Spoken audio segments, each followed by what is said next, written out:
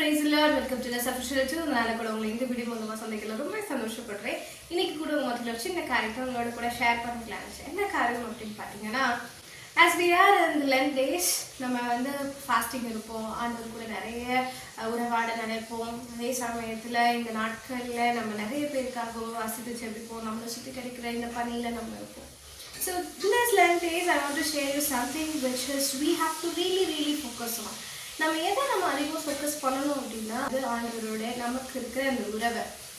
Many times we used to miss the actual meaning of being in Lent days. To cleanse ourselves, to remember why God has been sent to this world and been crucified.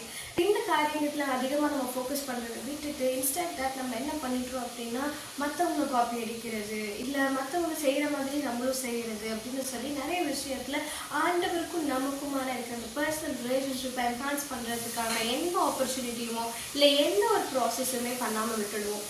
சிம்பிளாக சொல்லணும், ஒருத்தர் எப்படி யூடியூப்பை பார்த்து சமைக்கிறாங்களோ, அதாவது அங்கே போடுற அதே டேபிள் ஸ்பூன் எண்ணெய் நம்மளும் யூஸ் பண்ணி அங்கே போடுற அதே லெவல் ஆஃப் உப்பை நம்மளும் போட்டு அங்கே போடுற அதே லெவல் ஆஃப் காய்கறி எல்லாம் நம்மளும் இங்கே போட்டு சமைச்சு பார்க்கும்பொழுது அது ருசி இல்லாமல் போகும். காரணம் என்ன அப்படின்னா அங்கே ஒரு பர்டிகுலர் மெஷர்மெண்ட்டில் செய்வாங்க, இங்கே நம்ம ஒரு பர்டிகுலர் மெஷர்மெண்ட்டில் செய்வோம். ஸோ இந்த மெஷர்மெண்ட் என்னங்கிறது நமக்கு தெரியாமல் செய்யும் பொழுது the taste changes, the taste differs. கடைசியில் அதை சாப்பிட முடியாமல் நம்ம கூட போகிற மாதிரியான சுச்சுவேஷன்ஸ் வரும். ஸோ இந்த மாதிரி தான் நம்மளுமே மற்றவங்க பண்ணுறாங்க, மற்றவங்க செய்கிறாங்க, மற்றவங்க அதை பண்ணுறாங்க அப்படின்னு இந்த உலக வாழ்க்கையில் செஞ்சுட்டு இந்த உலக வாழ்க்கைக்கு ஒத்த வாழ்க்கையை வாழ்ந்துட்டு கடைசியில் ஆண்டவர் அவங்கெல்லாம் செஞ்சாங்களே நான் செய்யும் போது மட்டும் ஏன் ஆண்டவர் என்ன கைவிட்டுட்டார் அப்படின்னு நாமளே ஒரு கம்ப்ளைனிங்கான இடத்துக்கு கொண்டு போய் விட்டுடுவோம்.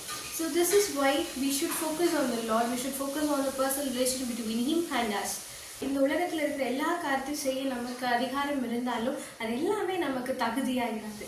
நான் கூட நிறைய நேரத்தில் மற்றவங்க செய்கிறாங்க நானும் அதை செய்யட்டுமா, மற்றவங்க பண்ணுறாங்களே நானும் அதை பண்ணுறேன் அப்படின்னு சொல்லி நிறைய காரியங்களில் போய் தலையிட்டுட்டு பின்னாடி நிறைய வருத்தங்களை அனுபவிப்பேன்.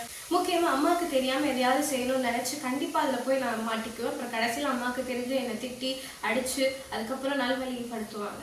ஸோ இன்றைக்கி உங்கள் வாழ்க்கையில் இந்த மாதிரி மற்றவங்க பண்ணுறாங்க மற்றவங்க செய்கிறாங்க அப்படின்னு சொல்லி உங்களோட ரிலேஷன்ஷிப்பை கார்கிட்ட இருந்து கொஞ்சம் அவைவாக கொண்டு வந்துட்டீங்க அப்படின்னா அப்படிங்கிறது நமக்கு தேவையில்லை. ஆனால் நம்ம ஆண்டவரோட கூட எப்படி இருக்கிறோம், அவருக்கும் நமக்குமான ரிலேஷன்ஷிப் எப்படி இருக்கிறது, அவர் நமக்காக செய்த எல்லா உபகாரங்களும் நம்ம எப்படி நினச்சி பார்க்குறோம் அப்படிங்கிறத நம்ம ஒரு தடவை ரீகலெக்ட் பண்ணி பார்க்கணும்.